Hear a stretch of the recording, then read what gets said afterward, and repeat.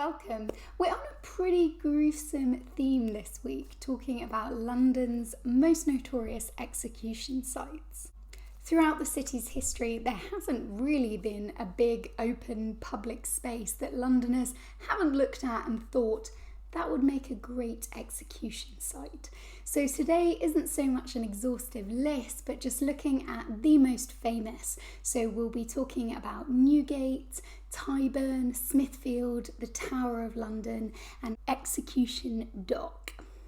My name's Katie, I'm a qualified London Blue Badge tourist guide and the founder of Look Up London, which specialises in public walks and private tours for Londoners and London lovers. Let's jump in with the most notorious, but often most misunderstood place of execution, the Tower of London. The tower was built in the 11th century as a royal palace and protective fortress for keeping people out. However, throughout its history, it's become more famous as a prison where traitors and troublemakers were kept in. There were executions inside the Tower of London, most famously Tudor queens like Anne Boleyn, Catherine Howard, and Lady Jane Grey. But remember, these people are the absolute top of the social hierarchy. Most people held as prisoners in the Tower were executed off-site. In fact, one of the more surprising facts about the Tower of London is that more people were executed inside the Tower of London in the 20th century than all previous centuries put together. This is because during the Second World War, German prisoners were held in the Tower of London, and the last execution that took place there was on the 15th of August 1941. Joseph Jacobs was found guilty of spying and executed by firing squad while sat on a chair. This chair is still on display in the White Tower. So where were the prisoners executed, if not inside? Well, for this we have to go across the road to Tower Hill. Here you'll find a memorial that names just a few of the hundreds of people executed here. On Tower Hill, depending on the crime committed, you could be hanged, beheaded, or more occasionally hanged, drawn and quartered. This is when you're hanged by the neck until almost dead, disemboweled and then cut into 4 pieces.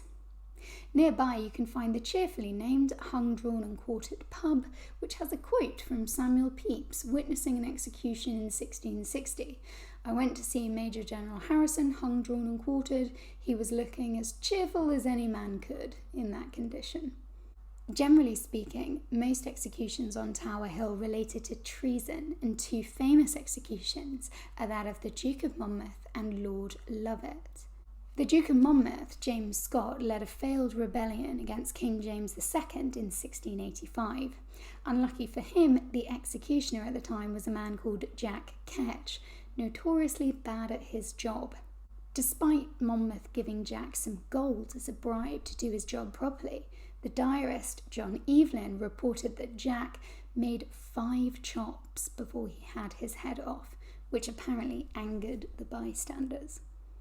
As for Lord Lovat, he was also convicted of high treason and sentenced to death by hanging, drawing and quartering, but this was later changed to just beheading by King George II.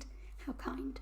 He was to become the last person to be publicly beheaded in Britain, and as he was preparing for his execution on the 9th of April 1747, Lord Lovat saw the huge crowds gathering at the scaffold on a rickety wooden stand to try and cram everyone in. But with so many in attendance, the stand collapsed, ironically killing 9 spectators. Lord Lovat is said to have gone to his death chuckling to himself, possibly where we get the phrase to laugh one's head off. A lot of English phrases are said to come from public executions, and I'll mention a couple more in the video. These are very hard to separate the truth from myths and legends, but some of them do sound plausible. Also on the outskirts of the city, we have Smithfield. Referred to as smooth fields for hundreds of years, this was a really popular location for jousting tournaments, summer fairs, and of course the other great public spectacle, executions. Smithfield was where heretics and criminals were executed. Depending on the crime, it ranged from hanging, draw and quartering, the fate that met William Wallace, aka Braveheart, in 1305, and burning at the stake. In the 16th century, during a period of religious turmoil in England, many were executed here, and today you can find an 1870 memorial for the Protestant martyrs killed under the orders of the Catholic Queen Mary I. Just a short walk from Smithfield today, you can find the Old Bailey, aka the Central Criminal Court. The building stands on the site of one of the most notorious English prisons, Newgate. It stood here from the 12th century until 1902. In each of the various buildings on the site, the conditions were awful, with many more dying of disease and starvation inside the walls than by execution. During the 18th and 19th century, executions, mainly hangings, would happen in public outside the prison walls. The last man to be publicly hanged in Britain was Michael Barrett, executed on the 26th of May 1868.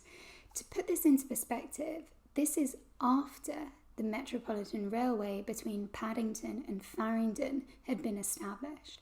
For 5 years, Londoners could take the tube to come and see a public execution. Today, opposite the court, you'll find this pub, the Magpie and Stumps. Of course, not the same one today, but there's been a pub here for hundreds of years, and it had a tradition of hiring out the upstairs rooms to offer patrons the best view of hangings while enjoying a slap-up meal. Not all executions from prisoners at Newgate happened outside the walls, though. For centuries, the tradition was prisoners would leave Newgate and make the long journey by road out to the west of London to a place called Tyburn. The journey from Newgate to Tyburn, where the condemned would be taken by horse and cart, has given rise to many a phrase and myth over the years. For instance, this idea that you are on the wagon, or that by stopping at various pubs along the way to muster courage, you're having one for the road. In reality, many pubs along this route claim to be the final drinking spot for criminals, so I'm not quite sure how true this is. Tyburn takes its name from the river Westbourne, which today flows underground. It's also where we get the place name Marylebone, as in St Mary by the Bourne. Today it's roughly the site of Marble Arch at the western edge of the famous shopping destination Oxford Street. On the John Rock map of 1746, you can see a triangular shape. This is labelled Tyburn, and it was a gallows made for hanging multiple people at once. This was referred to as the Tyburn tree, possibly a reference to an actual tree that once stood here. The first recorded execution at Tyburn was in the 12th century. Tyburn was the execution spot for criminals, and this included murderers or thieves. But some of these crimes are unthinkably minor for us today, such as stealing a horse or clipping coins. If you're after the exact location today, you need to head to a curious traffic island surrounded by 3 young trees, the triangular shape mirroring the gallows. Look down and you'll see this reminder plaque, and it's so often missed by passers-by. While you're here, it's also worth visiting the Tyburn Convent. Founded in 1901, this nunnery, which still operates today, offers prayers for the 105 Catholic martyrs executed at Tyburn between 1535 and 1681, and you can even visit and join a service. Our final notorious execution site is Execution Dock, found along the River Thames at Wapping. For centuries, this is where pirates were publicly executed as a deterrence for other would-be criminals. Executions were scheduled for low tide, and the sentence carried out was death by hanging, but sometimes with a shortened rope. This meant that the neck didn't break instantly, and it caused a much slower death from strangulation. After the executions, the body was then traditionally left chained to a post until 3 tides had washed up and then receded over the corpse. The pirate Captain Kidd had the misfortune of being on display for 3 years in a gibbet at Tilbury after his execution in 1701. Now, the actual location of Execution Dock is quite hard to know for sure. We can see Execution Dock Stairs labelled on the John Rock map of 1746. However, the road layout has changed quite a lot since then. Capitalpunishment.org names it as by Wapping Old Stairs beside the town of Ramsgate pub, and you can still walk down this little alley today right onto the Thames foreshore. However, further along the river at the Prospect of Whitby pub, you can see a recreated hangman's noose along the foreshore, an ominous reminder of this gruesome history. So I hope you enjoyed this video, if that's even the right word to use.